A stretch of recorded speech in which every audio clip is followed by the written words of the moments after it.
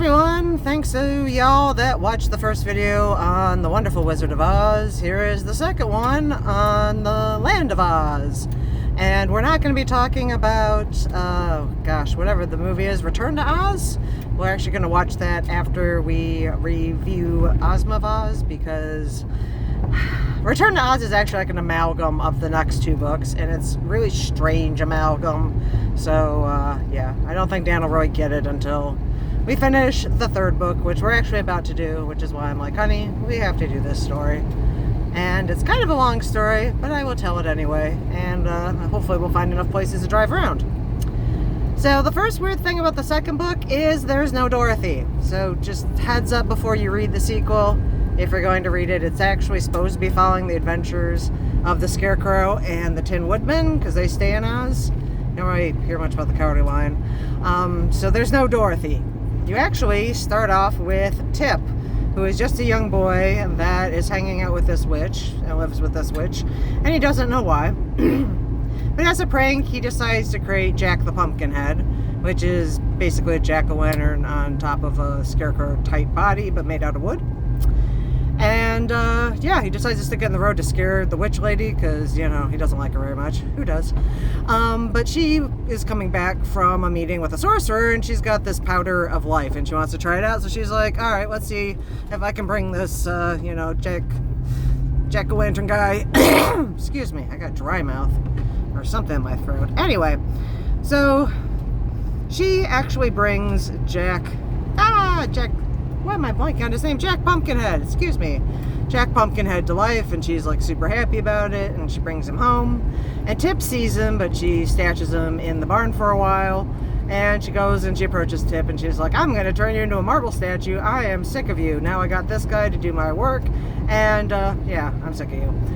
He doesn't really want to be a marble statue, though, so he escapes, and he takes Jack with him, and he tells him, you know, I actually created you, because I built you, even though Mommy the witch was the one who poured the powder on you. And so he calls him Dad, and they run off together, and that's all sweet and great. And on the way, they bump into this sawhorse, which is a literal sawhorse. And Tip's like, I'm going to see if this powder actually works, because there's still more of it, because he lifted it when he was leaving. Yep. Smart boy.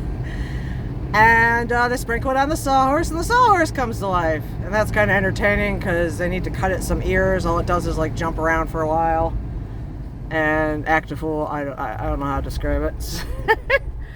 I always liked the sawhorse coming to life when I was a kid. But he couldn't hear because it didn't have ears, so it would just run, and it wouldn't stop when you called it to. I don't know how he ended up stopping, but they did. They made some ears for him, and now he could hear. And he learned what woe was and all that good stuff. Anyway, they decide to go to the Emerald City, and I forget exactly why I wrote down notes that they go to the Emerald City, but I think it's more just an exploration thing. Sorry, guys. Didn't get too specific. And they end up meeting the Scarecrow at the Emerald City. Oh, that's right. The Sawhorse and Jack the Pumpkinhead. That's right. That's right. I'm sorry, guys. Jack the Pumpkinhead ends up getting lashed to the Sawhorse because he's having issues walking. He's wearing himself out. And the Sawhorse, for whatever reason, takes off and runs. He bolts. This is even after he's got his ears. He just bolts. Great animal right there. And he ends up in the Emerald City with Jack the Pumpkinhead.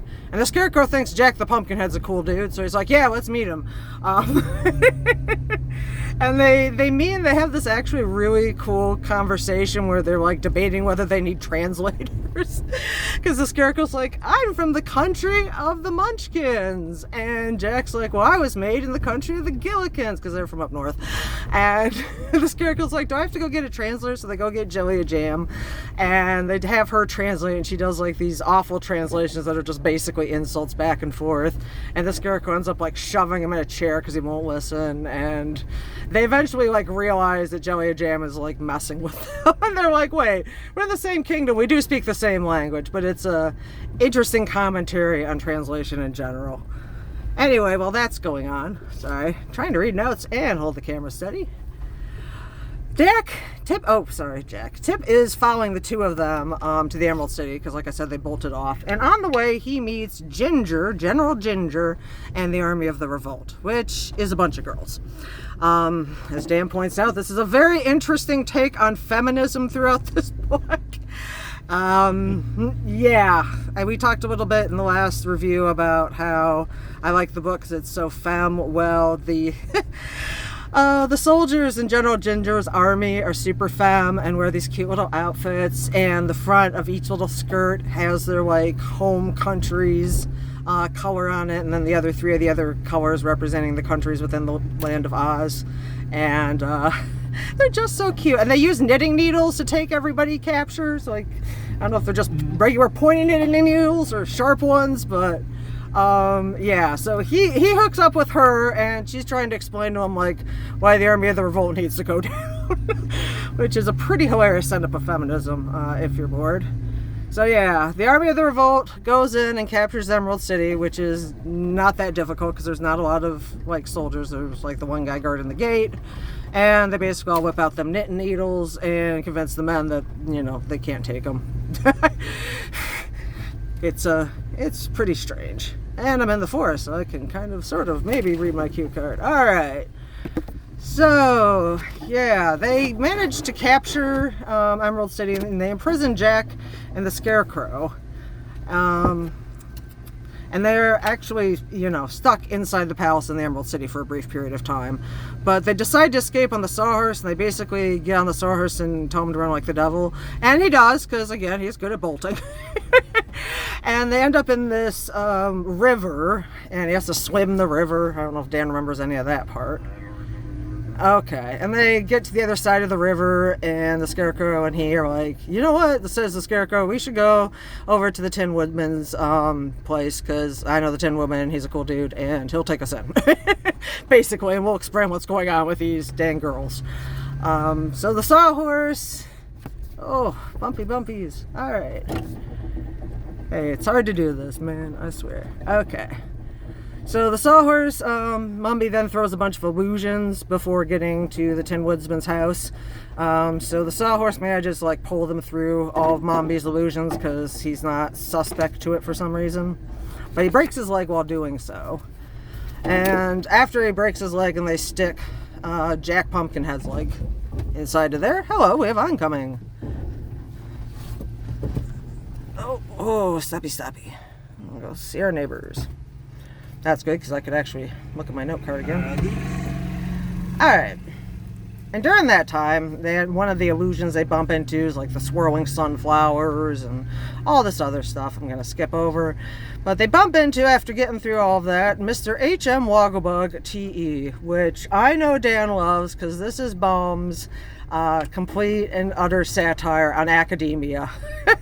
Because Mr. Wogglebug is highly magnified, that's the HM, and when he tells a story, he explains like a teacher magnified him on a screen to show him to some students in the one-room schoolhouse, and he just like leapt down off the screen highly magnified and stayed that way, and someone made him some clothes.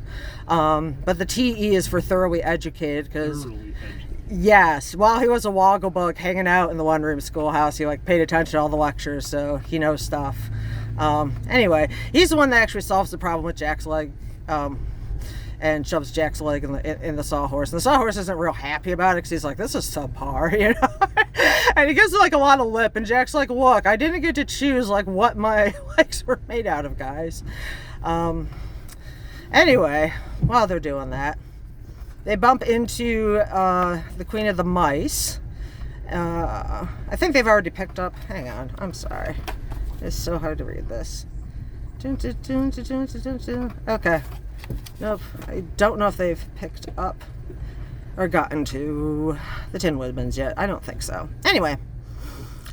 But they go, while they are wandering around, with Jack's leg, they bump into the Queen of the Field Mice, and the Scarecrow asks her whether or not she can loan him like 12 mice, so that he can go and take back his throne, essentially. And she's like, yeah, sure. And he's like, go hide in my straw, and I'll let you out later. And all you have to do is basically run out of the palace, and we'll be good.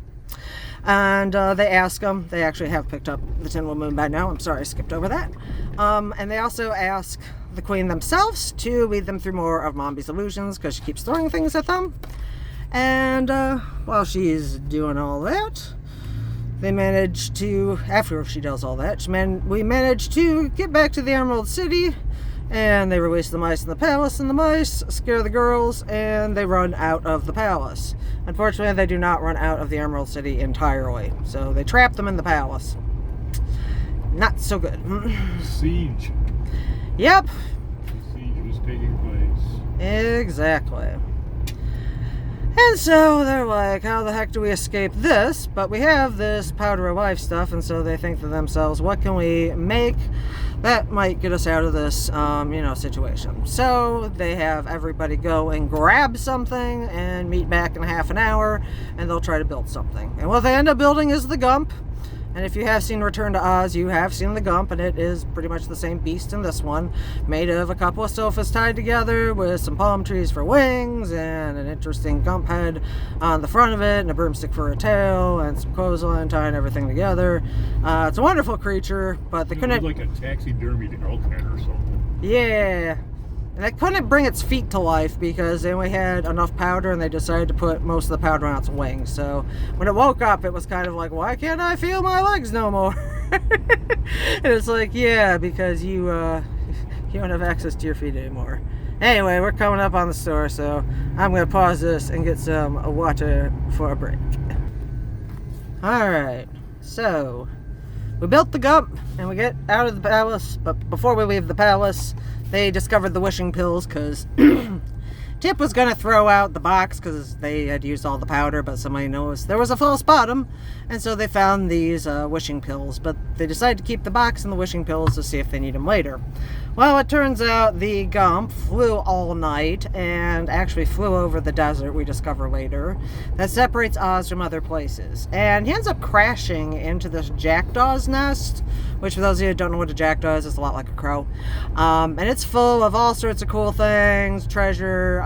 They end up restuffing the scarecrow with currency, which is actually pretty funny. They make a joke out of it at the end of the... The scarecrow got plucked out. Yep, of the water, and all his straw was wet, and then it becomes gross. So, yeah, that's what they do with them. And then they remember the wishing pills, and Tip's like, I'll try one, and he does, and it is not a good time. So he ends up wishing that he hadn't taken it, and it reappears in the jar. The Wogglebug, being one of the only other actual flesh and blood creatures, manages to take one and succeed, because apparently it's fine with Wogglebug anatomy. So they, manage to get the Gump all fixed up with the pill, and they fly back across the desert, and they end up having to navigate to the South Country to go find Glinda. And at Glinda's country, which is always beautiful and gorgeous, the Scarecrow requests her assistance to regain the palace and the Emerald City. And I love this part because she goes off on this really interesting discussion of colonialism by going like, well, how did you get the Emerald City? And he's like, I got it from the wizard because he left it to me when he took off. Where'd the wizard get it from? Well, he got it from the witches and, putting them under subjugation.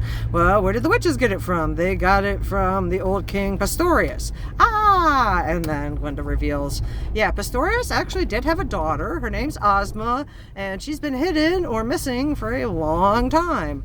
But you actually, have no actual claim to the throne. You're just another usurper. So let's go find her, essentially. And everyone and Glinda's army decide to go retake the Emerald City.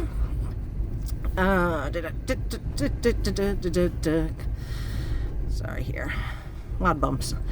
So everyone takes off to go do that. And they essentially are trying to find Mombi. That's why they're retaking the Emerald City. Because Glinda did the research and discovered like 3 odd things. And basically the big odd thing was that the wizard went to see Mombi 3 times.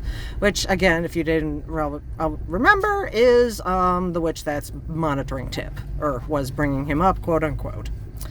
So they go and, march on the Emerald City. General Ginger decides, Mombi eventually convinces her to try to pass off Jelly a Jam, who is still somehow in the palace, off as Mombi by enchantment. So they throw her out there and lead her out there, and Glinda's like, not having it. And reverses the enchantment, and it's like, poof, that's Jelly a Jam! Once again, Jelly a Jam strikes again. And so the next day, Ginger agrees to let everyone search in the Emerald City for one whole day until sunset to see if they can find Mombi. Well, nobody can, and it's all very sad. And while they're leaving, the Tin Woman decides to pluck a rose out of the garden and stick it in his buttonhole because he thinks it's pretty. I love the Tin Woman. It turns out that rose is actually Mombi. And they get back to the tent, and Mombi goes through a whole bunch of dramatic changes because Glinda can keep the tent sealed, but then Mombi turns into this big griffin at the end. And she ends up having to run her down on the sawhorse because the griffin just flies off, but it's like pretty much half exhausted. And she manages to throw her little thread that's attached to her bodice around the griffin, and it like stops. And she's like, I've got you now, sort of a thing. And so she brings her, and subdues her, and then she decides to question her, and she puts on this truth pearl around her neck, Glinda does.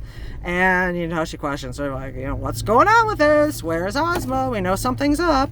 And she tries telling her some lies, and the pearl turns black, and she's like, you're going to tell me the truth, because the pearl turns black, I can tell when you're lying. And so she finally reveals that Tip is Ozma. And yeah, I know, those of you in the back who are like sitting here going, wait, Frank Baum was dealing with gender issues way back in the early 1900s? Yes, he was. So Tip is trying to cope with that. Because he doesn't really want to be a girl. He's not been brought up as a girl. He's not really feeling it. For at least a chapter. But they, tell him they have to turn him back. Like it or lump it, he's a femme. So Mombi undoes the enchantment, and he becomes the very feminine Ozma of Oz. And the Gump flies them back into the palace courtyard after she's been retransformed, because they still have to get the Emerald City back out of Ginger's grasp. Just because they have Ozma doesn't mean Ginger's immediately going to abdicate, So they fly to the palace courtyard, and they basically capture Ginger real fast, because they have like two of Glinda's emissary guards, and they just sort of shackle her up, and she's like, yep, I'm done doing this too. I'm bored. I did forget to mention the part where they're walking through the Emerald City, and all the men are doing all the chores. Like I said, the whole Army of the Revolt is a very interesting feminist critique, or critique on feminists. They were doing the chores, and all the women were taking all the emeralds out of the buildings and all of the facade of Emerald City, all the jewels in Emerald City, because all they wanted was the pretty jewels. Which Ozma makes them all bring back and stick back in place. So, yeah. The Army of the Revolt gets to disperse. Ginger even gets to go back home. We'll see her later. Spoiler alert. And she asks the Gump, what do they want to do with the Gump's body? And the Gump is like, dude, I did not want to be made like this to begin with. Please disassemble me. I do not want to be this creature anymore. And so Ozma disassembles him, but she leaves his head hanging out, I think on like her waiting rooms. She put everything back where it was, where it came from. No, but she put the head, I think, in her waiting rooms because it would talk to people, remember? Well, afterwards. She put it back where they took it from the waiting room. It was like a taxidermy elk or something like that. And they put it back where it was and left her there, and that's when people would get freaked out when the elk head would start talking, questioning why they're here. And last but not least, on the odd things, especially from Dan's metallurgy background, she gives the sawhorse his own stable, and because she still likes to ride him, he gets gold shoes, which I guess if you're a little kid is supposed to sound durable. But as most of us know, gold is like the softest metal. I'm like, okay, is that any more durable than wood, Dan?